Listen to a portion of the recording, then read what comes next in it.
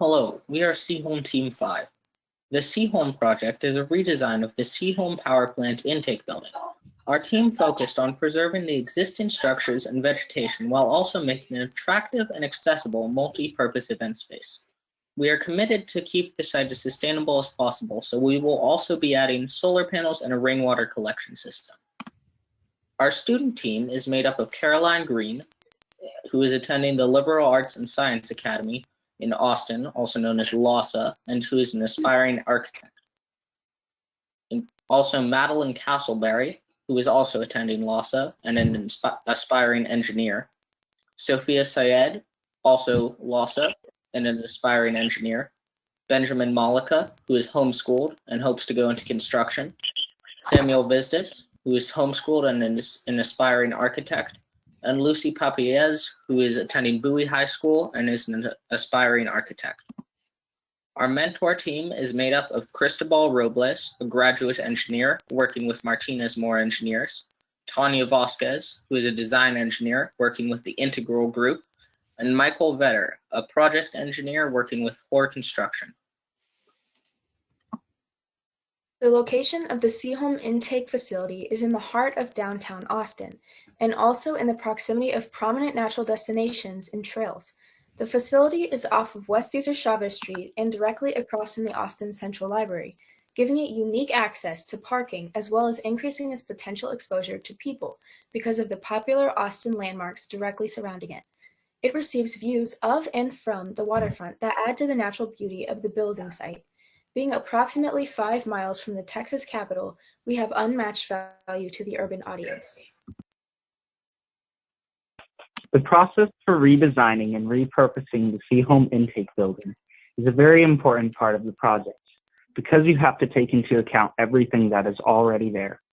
For our project, we decided to repurpose the main intake building into a music venue and juice bar, and the side buildings into office space. We created map overlays of the views to and from the building and the surrounding areas, such as Austin Central Library, Lady Bird Lake, and Ann and Roy Hike and Bike Trail. We then used bubble diagrams to help us create floor plans for a physical model. The Seaholm intake building sits on a rectangular plot of land positioned near nature trails and the bustling city, giving it a unique placement in Austin. The site itself is composed of one large rectangular 2-story building and 2 smaller square 1-story compounds. The building is widely spaced and empty save for indentations in the walls for its tall, recognizable windows. The bottom story has rectangular indents from the outside, and the building is in currently poor condition due to neglect and community wear from graffiti. It is right next to the Colorado River and has a view of both the natural and urban sides of Austin. In assessing the Seaholm intake facility pre-remodel for green energy opportunities and analyzing possible problems in its remake, there are many environmental factors that played a part.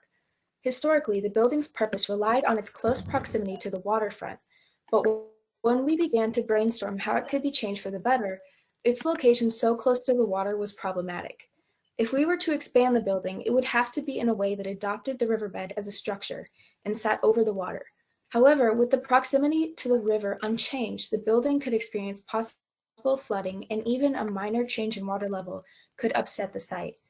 The open, flat roof of the pre-existing building made its solar opportunities convenient and a relatively easy addition to the building.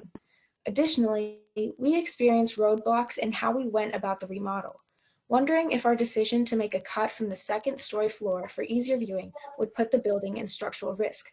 We decided to stick with the shell and structure of the building, making use of the column-like cutouts in the water-facing wall for support. The Seaholm intake facility is positioned right next to the Ann and Roy Butler Hike and Bike Trail, giving us exclusive access to an active audience. Our featured juice bar makes it easy to provide a place for these trail users to rest and spend time in. With the prime placement in the heart of urban Austin, our exposure and our viewing audience is increased dramatically than in any other location. Being by the waterfront, our building will attract not only people who are drawn by the services provided in our remodel, but to view nature from a comfortable place.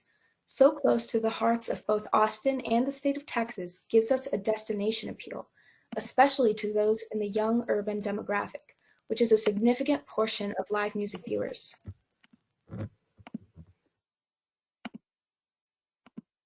In our discussions for how to repurpose our buildings, several important points stood out. We are incorporating sustainability with rainwater collection system and renewable energy. A resting area provides comfort and community off of the hike and bike trail. The music venue speaks to Austin's creative live music scene, and the juice bar will provide refreshments for those visiting the venue and attending concerts. The bathrooms are available to everyone at the concert, and the offices are a necessity for on-site staff to organize programming for the venue.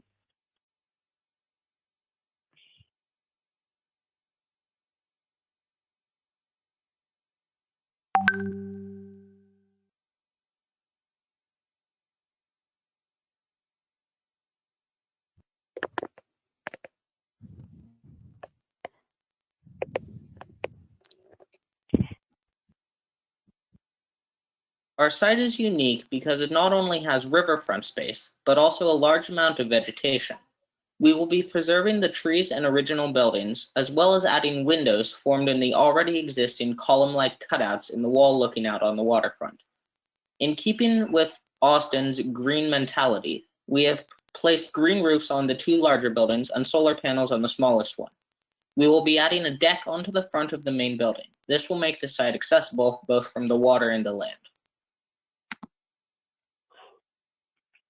The mid-sized building contains the juice bar. We wanted to offer some food and beverages because people often get hungry and thirsty when at concerts. However, we didn't want anything too over the top because there are many restaurants or other places in the area to get refreshments. We designated the medium-sized building as the juice bar so there would be enough space for all the equipment and ingredients needed to run it. Inside the largest building, the main attraction is the stage. We wanted a more intimate, less crowded live music experience, so while the stage is not the biggest, there is still enough room for smaller bands. We decided to take out a section of the top floor to make more room for the lighting and audio systems, and also so that those on the top floor can see the concert from above. There will be extra seating available on the top floor as well. We chose to put in gender-neutral bathrooms to save space in the building and also to promote the inclusivity of all people. Both stairs and an elevator are available, so there is easy access to the main buildings on site for all people. And the smallest of the three buildings contains office spaces for on-site workers, but they will not be accessible to the public.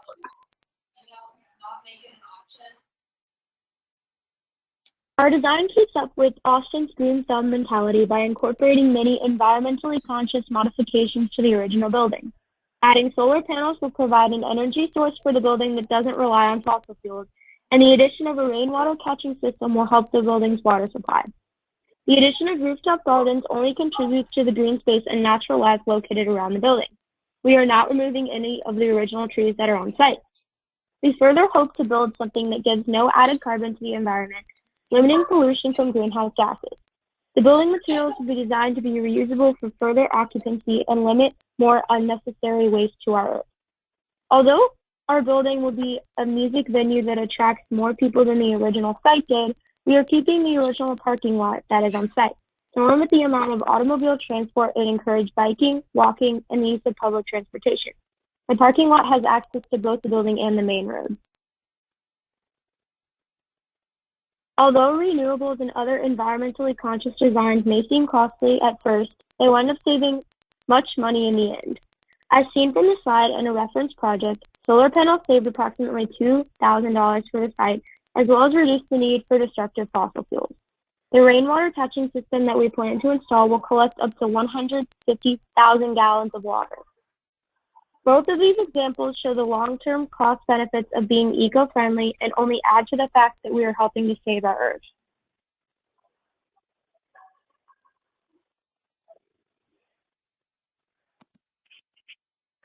I broke down the various aspects of our building and calculated the cost of constructing each one. The windows are the most expensive part of our building because we want special windows that will open up to function as doors to the outside so that indoor and outdoor spaces are unified. The total cost of our building is $2.5 million. The construction schedule of your building is relatively short, and we predict our renovations can be complete within 1 year. The demolition will be about 2 months, as I have to remove a lot of the walls facing the river. The renovations, such as adding a stage, will be about 4 months, and constructing the large deck that extends over the river should take 5. Installing the windows will take about 4 months, and putting in fixtures and equipment, such as the lighting and sound systems for the stage, should be about 4 months. Total, we come to 12 months.